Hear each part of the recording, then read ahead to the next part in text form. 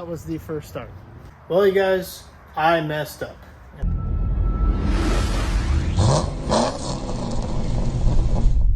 Everybody, and welcome back to the channel. Thank you so much for stopping by. Go ahead and hit us a subscribe, a like, and a comment down below on this video. Really help out your boys. So today is a very exciting day. So today we got the final 2 pieces to make the Z2H8 Camaro run and drive. So this pile right here is waiting on 2 things. One, a drive shaft, right? So this is a 4-inch aluminum drive shaft that we picked up from PST down in Clearwater, Florida. And it has the hardened chromoly slip yoke for a roller style tail shaft on our Power Glide. 4-inch aluminum, like I said, and we have the upgraded Spicer U-joints on both sides. So this is rated to 2,000 horsepower for the size that it is. So that is really good. Shouldn't have to mess with this at all.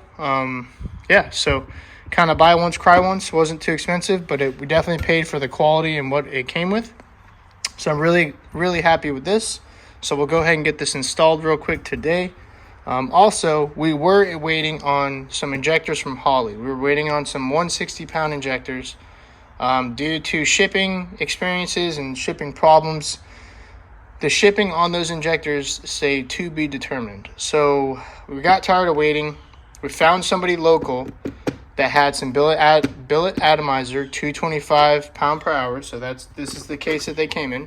They're not in the case anymore because I've already got them installed in the car.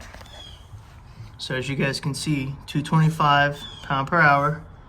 All 8 of them are the same, and I got them installed. Now these are super tight injectors for these Holley fuel rails. I guess this is a common problem where you have to clearance just a hair of this extra meat on the bottom of the fuel rail for the clip to go on. So I'm able to pull the clips off if I can do it one hand. That's how tight these things are. Maybe not. Oh, yeah, there we go. All right, so yes, you can take clips off if you modify them just ever so slightly, and they go right back on. Nice, good seat. But that's that. So the injectors are installed, and we are 100% done up here on the front of the engine. So we are just waiting a tune. So now that we have our injectors, that means our fuel system is 100% complete. Everything is closed up. There's no openings. Everything's tight. I've already went through all the AN lines and everything is tight.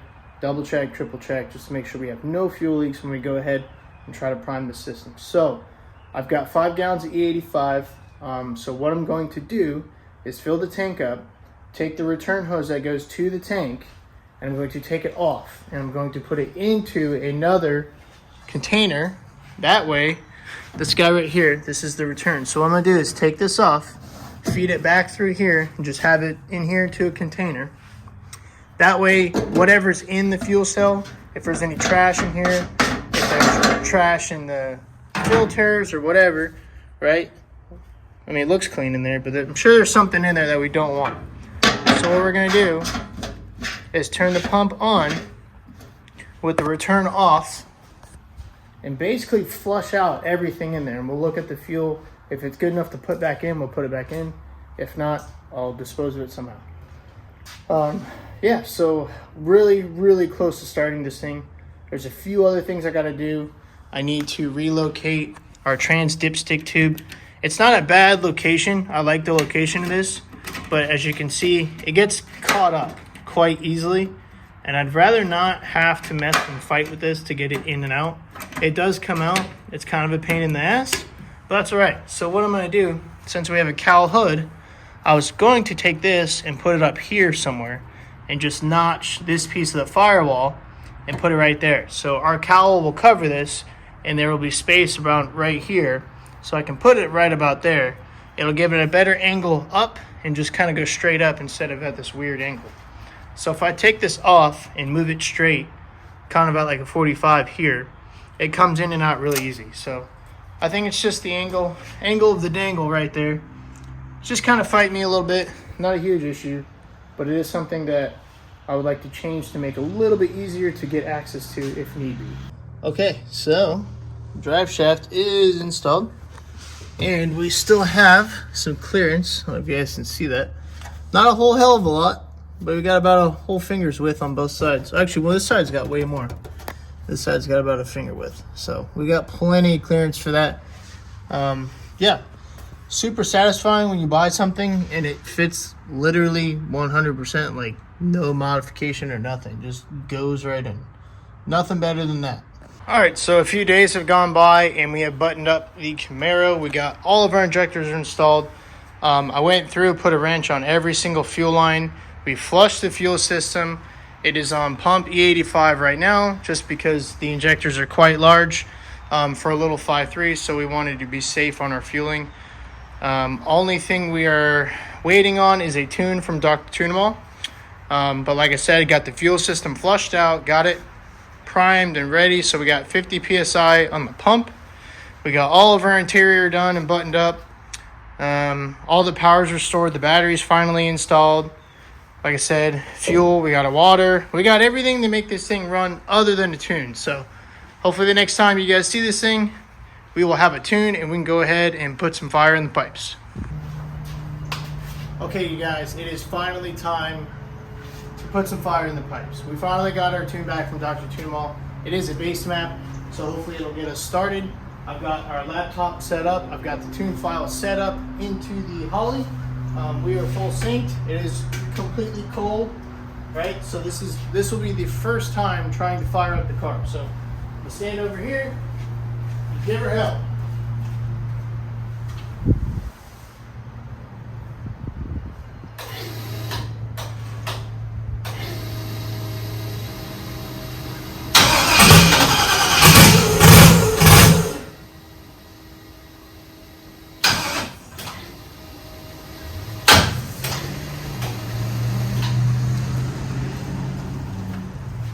Something didn't like something.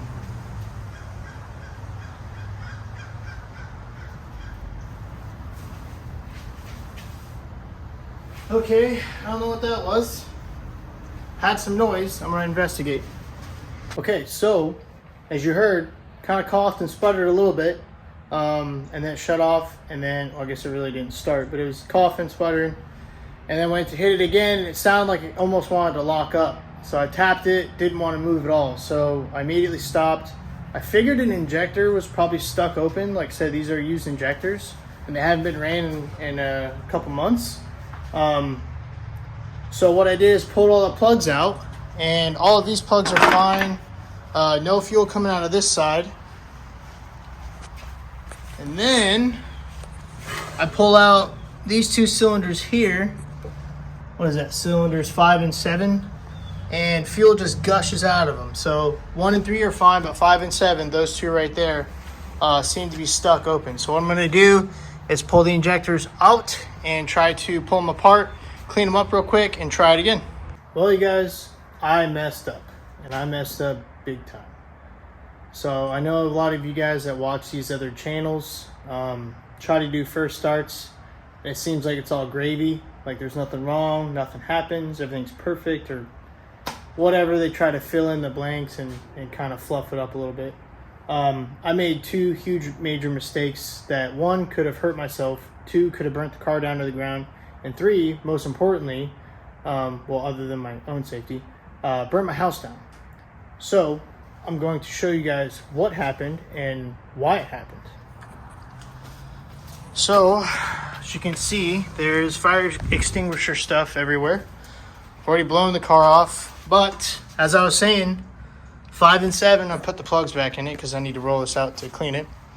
5 and 7 were stuck open, or they had excess fuel in there. So what I did, I took the plugs out, I turned the ignition off, and I bumped the starter, right, to try to get the fuel up through the cylinder and out.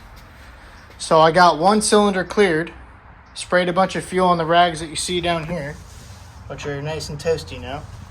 And then secondly, or the second time I bumped it, it came up, squirted fuel, and something sparked and it caught fire. So there was a small fire over here for about 5 to 10 seconds maybe. So nothing got burnt. The coil wires, as you guys can see them right there, the plug wires, were sitting down there like that. So I doubt, I don't even know how it happened. Honestly, I don't even care how it happened. I'm just glad that I'm okay, the car's okay, and everything that I own is okay. I think there's one burnt wire down there, but we had a heat shield on it, so it might be fine. What I should have done, and I thought about this on my way home from work today. One, have this right next to me, or on the car, or somewhere in the front, right? And two, what I totally didn't realize is I should have pushed the car outside. I should have pushed the car outside. I should have stopped and taken my time to try to fix these two injectors, right? I was just too excited. I rushed through it. It's just me here right now, so there's no one else to help me, which kind of sucks, but it's how it's been for a long time. So yeah, I'm a little flustered.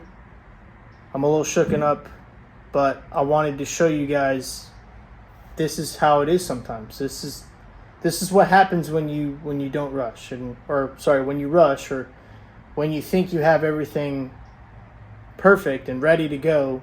Something will come your way sometimes and mess up your whole plan. So this messed up my whole plan, but it was definitely a good eye-opener for me. So now what I'm going to do is put the car back on the ground, put it outside, hose off all this stuff. Sorry, YouTube. And go ahead and clean up the garage, clean up the car, and just call it quits for tonight. I'm not even going to do anything else. I'm just going to be done. Just clean it up, put it back in the garage, and be done. So that was really dumb on my part. For one, not having the fire extinguisher really close by. Luckily, it's right here by my washer and dryer.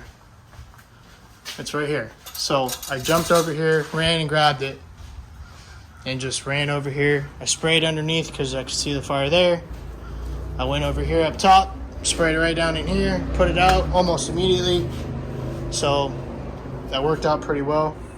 But I'm a little aggravated with myself that I did not do that, and two, that I did not push the car outside. So I'd rather have the car burn down than my house burn down. As crappy as that sounds, and as much as I don't want to say that, that's what it is. So sometimes it's not all peaches and cream, and sometimes mistakes happen and things happen. So I just wanted to show you guys to help, I guess, be aware of what could happen. So like I said, I was just getting too excited. I got overzealous and I made a mistake. And now I know that I'm not ever going to do that again. I don't care if it's working on the Ranger or the Corvette, whatever project we have in the future, not doing this inside. This should be outside, fire extinguisher should be ready, and double and triple check everything. Luckily, I did that yesterday with all the fuel lines, but I didn't do it with the injectors. Not sure how I could have done that. I guess I could have pulled the plugs out, but I could have had the same issue right then and there too. So, yeah. Just stay safe is all I have to really say. So it's the next day, and when I got home, I went ahead and pulled the injectors out, and I was looking up last night and today on how people clean these, take these apart, and go ahead and service their billet atomizers. Now, there's a few things I saw on the internet, on the forums and whatnot. So these guys unscrew. So the injectors unscrew. Oh, by the way, I've already cleaned them all and checked them all. They all fit. And so far, none of them leak. Also had to change our fuel pressure unit from the right sensor. I had to move it up to the rail. I had it on the return line thinking that was a good idea. Lo and behold, it's not. So don't do that because there's no pressure in the return line. It goes straight to the tank. Stupid mistake on my part. Not a big deal. Came out pretty good for how I kind of had to MacGyver it back together. But back to the injectors. So some people unscrew them with a little heat, and then they go ahead and WD-40 or PB Blaster everything in there, put them back together, make sure there's no trash in there. I did see a video of a guy blowing air through the bottom, blowing all the crap out of the top, and then spraying PB Blaster or WD-40 for storage. Now, a lot of people were saying, give them a few shots of air, soak them up, a few shots of air, soak them up, and just back and forth 2 or 3 times. And I guess it kind of reseals everything in there, especially when you're using like a methanol, alcohol-based fuel, which we're not. We're using ethanol, so It's a little less volatile than that stuff. But nonetheless, I got them cleaned up. I got them not leaking at the moment. So what we're gonna do is do our leak checks again. I'm gonna do them outside of the garage, and I'm gonna have the fire extinguisher strapped to my damn hip. Not literally, but you get the point. So we'll do our leak checks, and then we'll go from there. Okay, so we got the pump on. Probably hard to see, but I've been looking in each cylinder. There's no fuel coming out of each cylinder. I took all the plugs out, right? No fuel coming out. It looks like fuel right here, but there's no fuel coming out right there. Promise. Everything is dry. Still maintaining our 50 PSI. So the only thing that was concerning me is when I immediately shut the pump off, it drops down to 0. It doesn't hold pressure. So thought that might have been concerning. Seems to be not. So hopefully everything is good. We can push the car outside, try to fire it up. All right, let's try this again, shall we? Ignition on.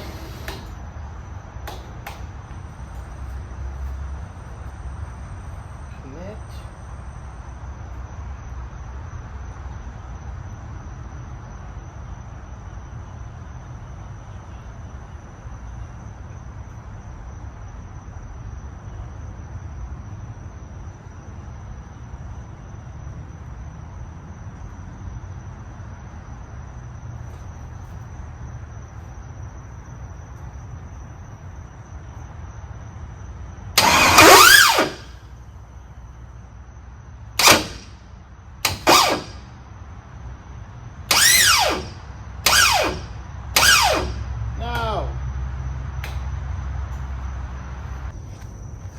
Okay, no joke, the starter gear pawl would not disengage for some reason. So that's what that was. So let's go ahead and try this again. I gotta turn power on.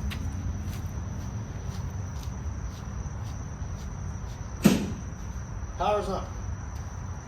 Let's see if this starter's gonna do something.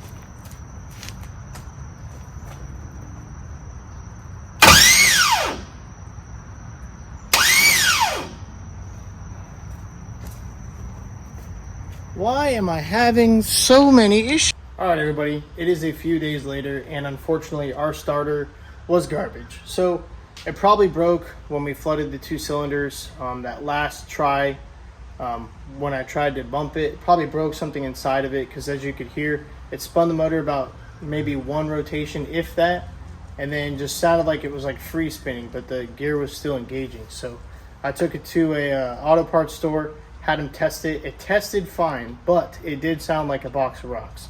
So we went ahead and just bit the bullet and got ourselves a premium unit, and this is the Power Master starter for LS series engines. Now this is the 9509, so it's not the biggest, baddest starter you can buy, but this is rated for up to like 13-to-1 compression. So we're about 3 numbers away from that. So this is more than plenty for our setup currently and for the future. So if this thing can hold out, then we should be able to have this for a long time. So this is the info clock one, so we have to clock the starter gear, or the starter motor I should say, by itself, because if you compare them, try to hold them similar, you can see this one's quite a bit larger. The motor itself, or the solenoid and motor, however it's set up, compared to like a stock style. So this is one that's garbage. So this would be number 3 starter, because the one I bought earlier did not work. So I'm going to go ahead and get this installed. I'm going to attempt to try to show you guys how to shim this according to their instructions. So I've already changed the terminal lug from the connector style right here. So this is a Corvette starter. So I had used a connector, cut that off, put a ring terminal on here. So we should be good to go. I'm gonna go ahead and throw it in the car and see if I can get this thing shimmed up. Okay, so we got the starter installed.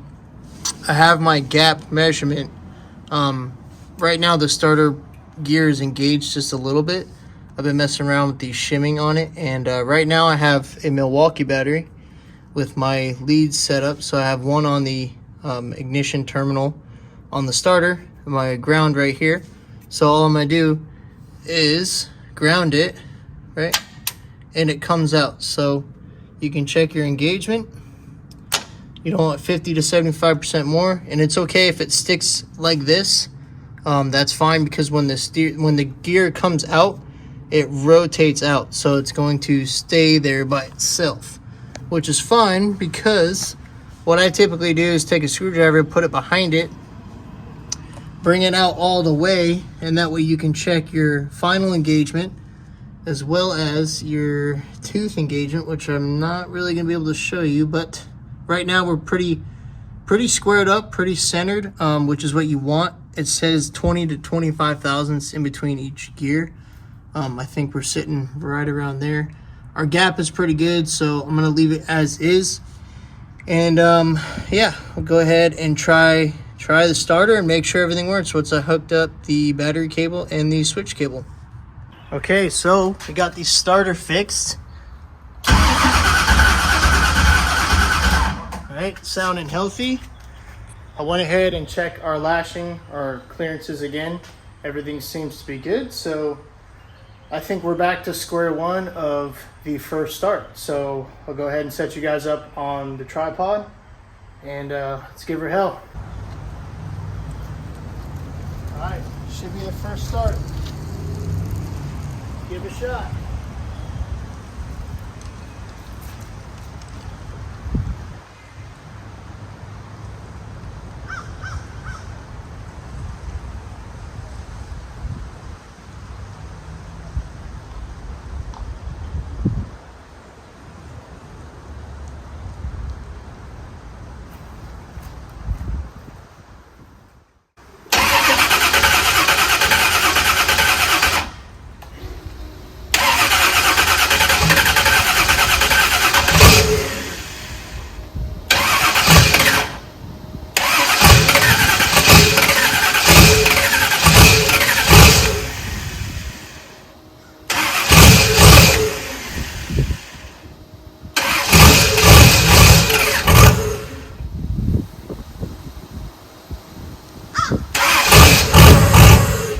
Alright, so we got the tune file back from Nate, Dr.Tunemall. Give it a second try and see what happens.